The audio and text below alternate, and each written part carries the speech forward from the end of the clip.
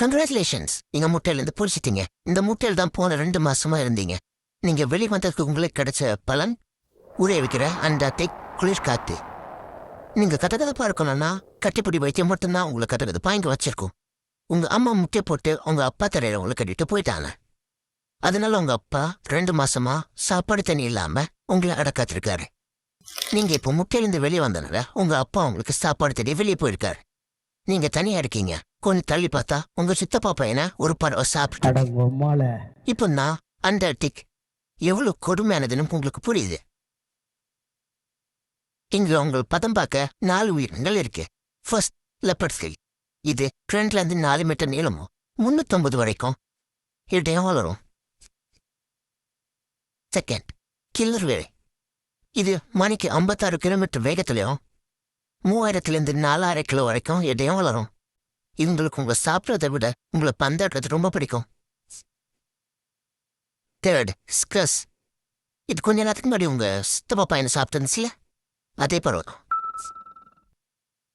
இன்னும் நிறைய பேர் இருக்காங்க. ஸோ நீங்க பாதுகாப்புறது ரொம்ப முக்கியம்.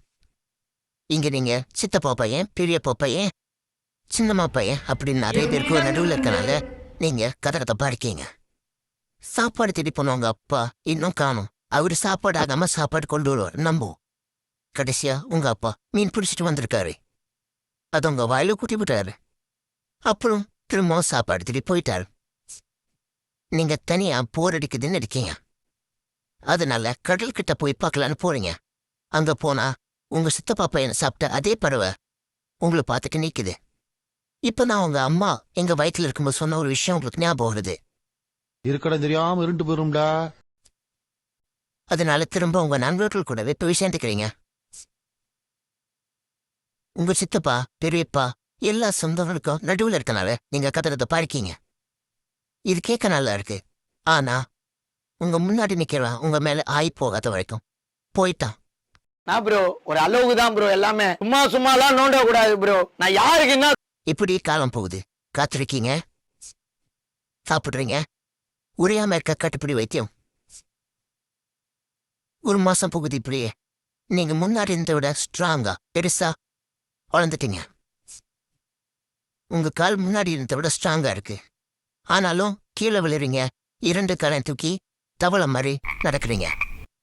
நீங்க பெண் குயின். தவளை மாதிரி நடந்தாதானே உங்களுக்கு கெத்து. சம்மறந்தாச்சு. நீங்க உங்க ஆட்டு மந்தைய விட்டு தனியா போறீங்க. நீங்க மோட்டிவேஷன் வீடியோஸ் எல்லாம் பார்த்துட்டு ஸ்விம் பண்ணி இந்த உலகத்துக்கு நான் யாரு காட்டணும் அப்படின்னு போறீங்க. தண்ணிக்குள்ள குதிச்ச பிறதான் தெரியுது இங்க மோட்டிவேஷன்லாம் வேலைக்காகாதுன்னு. ஏன்னா தண்ணி அவ்வளவு குளிரா இருக்கு.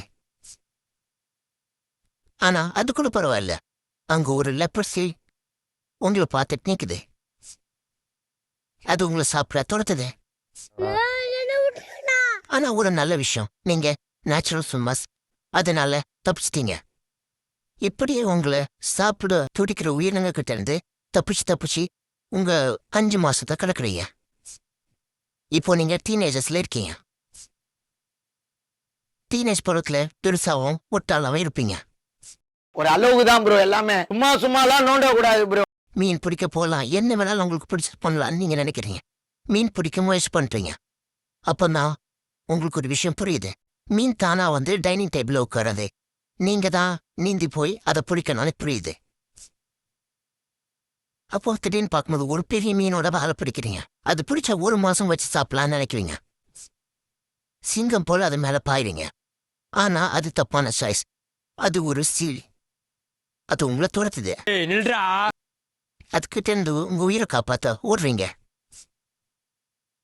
அது உங்களோட வேகமா துரத்துனால அதுக்கு தப்பிக்க உங்க சித்தப்பா பையனா உள்ள இழுத்து விட்டுனீங்க. டேய், இங்க ஒரு பெரிய மீன் இருக்கு, வாடா பிடிக்கலாம். எங்க அதான் இருக்கு பாரு. உங்க சின்னம்மா பையனை பலி கொடுத்தனால ரொம்ப தனிமையா உணர்றீங்க. சாப்பாடு தேடுறீங்க, தப்பிக்கிறீங்க. இப்படியே ஒரு 5 வருஷம் உங்க வாழ்க்கை போயிடுது. இப்போ நீங்க வயசுக்கு வந்துட்டீங்க. இப்ப நீங்க பிறந்து வளர்ந்த அதே இடத்துக்கு திரும்பி போறீங்க. இப்ப சாப்பாட்டுக்காகவோ இல்ல கதகதப்பாவோ இல்ல. இப்ப நீங்க ஒரு ஜோடி தேடி போறீங்க. ஆனா அது அவ்வளவு ஈஸி இல்ல. நிறைய காம்படிஷன்ஸ் இருக்கு. அதை தாண்டி உங்களுக்கு பிடிச்ச மாதிரி ஒரு பொண்ணு பார்க்குறீங்க. அந்த பொண்ணு உங்க முட்டாள்தனத்தையும் உங்க தவளை நடையும் பார்த்து உஷாராகுது. நீங்க கல்யாணம் பண்ணிக்கிறீங்க. உங்க ஒய்ஃப் பெண் குயின் முட்டை போடுது. நீங்க அதை பாதுகாத்து அதை கற்று கொடுக்குறீங்க. லைஃப் சர்க்கிள் அப்படியே தொடருது.